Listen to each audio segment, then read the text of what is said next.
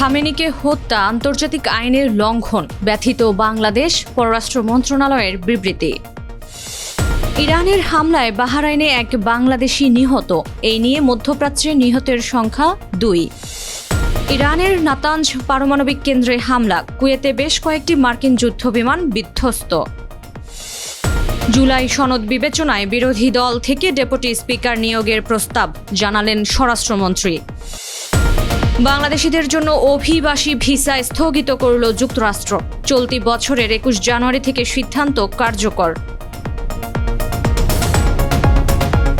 দর্শক, স্বাগত জানাচ্ছি দ্য বিজনেস স্ট্যান্ডার্ড এর নিয়মিত আয়োজন টিভিএস রাত 8টার সংবাদে। সঙ্গে আছি তামান্না খন্দকার। দেখছিলেন সংবাদ শিরোনাম, এবার বিস্তারিত। ইরানের সর্বোচ্চ নেতা আয়াতুল্লাহ আলী খামেনির হত্যাকাণ্ডের খবরে ব্যথিত হওয়ার কথা জানিয়ে বাংলাদেশের পররাষ্ট্র মন্ত্রণালয় বলেছে, আন্তর্জাতিক আইন লঙ্ঘন করেই এই হামলা চালানো হয়েছে।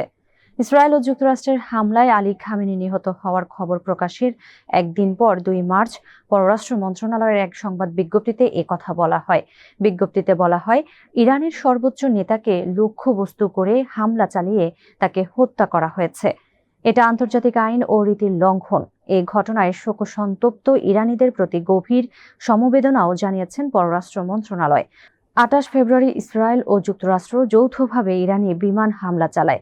এরপর দিন ইরানের পক্ষ থেকে স্বীকার করা হয়, হামলায় আয়াতুল্লাহ আলী খামেনি সহ প্রতিরক্ষা বাহিনীর শীর্ষ কর্মকর্তাদের কয়েকজন নিহত হয়েছেন। ইসরায়েল ও যুক্তরাষ্ট্রের হামলার পর মধ্যপ্রাচ্যের কয়েকটি দেশে যুক্তরাষ্ট্রের সামরিক ঘাঁটি লক্ষ্য করে ক্ষেপণাস্ত্র হামলা চালায় ইরান। মধ্যপ্রাচ্যের দ্বীপরাষ্ট্র বাহরাইনে ইরানের হামলায় এক বাংলাদেশি নিহত হওয়ার খবর পাওয়া গেছে। তার নাম আবুল মোহসিন ওরফে তারেক। তার বাড়ি চট্টগ্রামের সন্দ্বীপের আজিমপুর ইউনিয়নে। 1 মার্চ বাহরাইনের স্থানীয় সময় রাত 3:30টার দিকে এই হামলার ঘটনা ঘটে। বাহরাইনে থাকা স্বজনদের বরাত দিয়ে পরিবারের সদস্যরা জানিয়েছেন, নিহত আবুল মোহসিন বাহরাইনের রাজধানী মানামার আরসি ড্রাইডক নামে একটি প্রতিষ্ঠানে কর্মরত ছিলেন। সেখানে রাতে ইরানের ক্ষেপণাস্ত্র হামলায় আবুল মোহসিন নিহত হয়েছেন। যুক্তরাষ্ট্র ও ইসরায়েলের হামলার জবাবে পারস্য উপসাগরীয় অঞ্চলের কয়েকটি দেশে ক্ষেপণাস্ত্র ও ড্রোন হামলা চালাচ্ছে ইরান। এতে বাহরাইন সহ যেসব দেশে মার্কিন সামরিক ঘাঁটি রয়েছে তা হামলার লক্ষ্যবস্তু হচ্ছে। এর আগে সংযুক্ত আরব আমিরাতে ইরানের হামলায় এক বাংলাদেশি নিহত হন। তার নাম সালেহ আহমদ। গত শনিবার রাতে দুবাইয়ের আজমান শহরে ইরানের বোমা হামলার ঘটনায় সালেহ আহমদ মারা গেছেন। যুক্তরাষ্ট্র ও ইসরায়েলের যৌথ হামলায় ইরানের নাতানজ পারমাণবিক কেন্দ্রটি ক্ষতিগ্রস্ত হয়েছে। জাতিসংঘের পরমাণু বিষয়ক পর্যবেক্ষক সংস্থায় নিযুক্ত ইরানের দূত রেজা নাজাফি 2 মার্চ কথা বলেছেন। সোমবার আন্তর্জাতিক আণবিক সংস্থা IAEA এর 35 সদস্য দেশের বোর্ড অফ গভর্নরসের বৈঠক হয়। ওই সময় সাংবাদিকদের নাজাফি বলেন, যুক্তরাষ্ট্র ও ইসরায়েল আবারও ইরানের শান্তিপূর্ণ ও সুরক্ষিত পারমাণবিক স্থাপনাগুলোতে হামলা করেছে। এদিকে কুয়েতে বেশ কয়েকটি মার্কিন যুদ্ধবিমান বিধ্বস্ত হয়েছে বলে জানিয়েছে দেশটির প্রতিরক্ষা মন্ত্রণালয়। সেগুলো কিভাবে বিধ্বস্ত হলো এ ব্যাপারে সুনির্দিষ্ট তথ্য তারা দেয়নি। তবে মার্কিন কেন্দ্রীয় কমান্ড সেন্টকম জানিয়েছে, স্পষ্টত একটি ফ্রেন্ডলি ফায়ারের ঘটনায় 3টি মার্কিন যুদ্ধবিমান ভূপাতিত হয়েছে। সোমবার ভুলবশত F-15 স্ট্রাইক ঈগল বিমানগুলো ভূপাতিত করেছে কুয়েতি বিমান প্রতিরক্ষা বিভাগ। বিএনপির স্থায়ী কমিটির সদস্য ও স্বরাষ্ট্রমন্ত্রী সালাউদ্দিন আহমদ বলেছেন, জুলাই সনদ বিবেচনায় রেখে বিরোধী দল থেকে ডেপুটি স্পিকার নিয়োগের মৌখিক প্রস্তাব দেওয়া হয়েছে। সচিবালয়ে আজ সোমবার প্রধানমন্ত্রী তারেক রহমানের সঙ্গে সাক্ষাৎ শেষে সাংবাদিকদের প্রশ্নের জবাবে এ তথ্য জানান তিনি।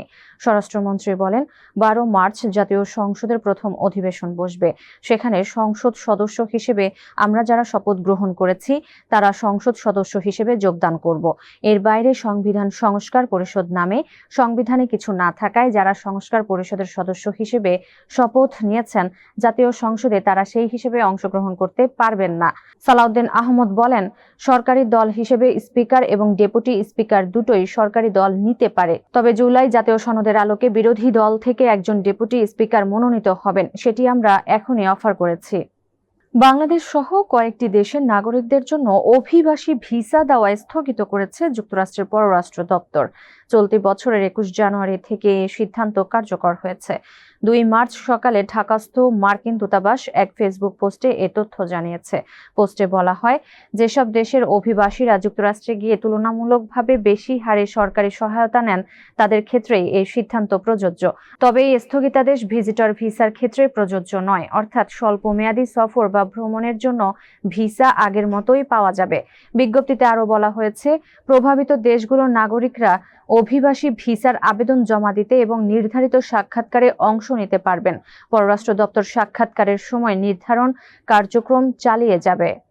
দর্শক, এই ছিল টিভিএস রাত 8টার সংবাদে। এতক্ষণ সাথে থাকার জন্য ধন্যবাদ সবাইকে।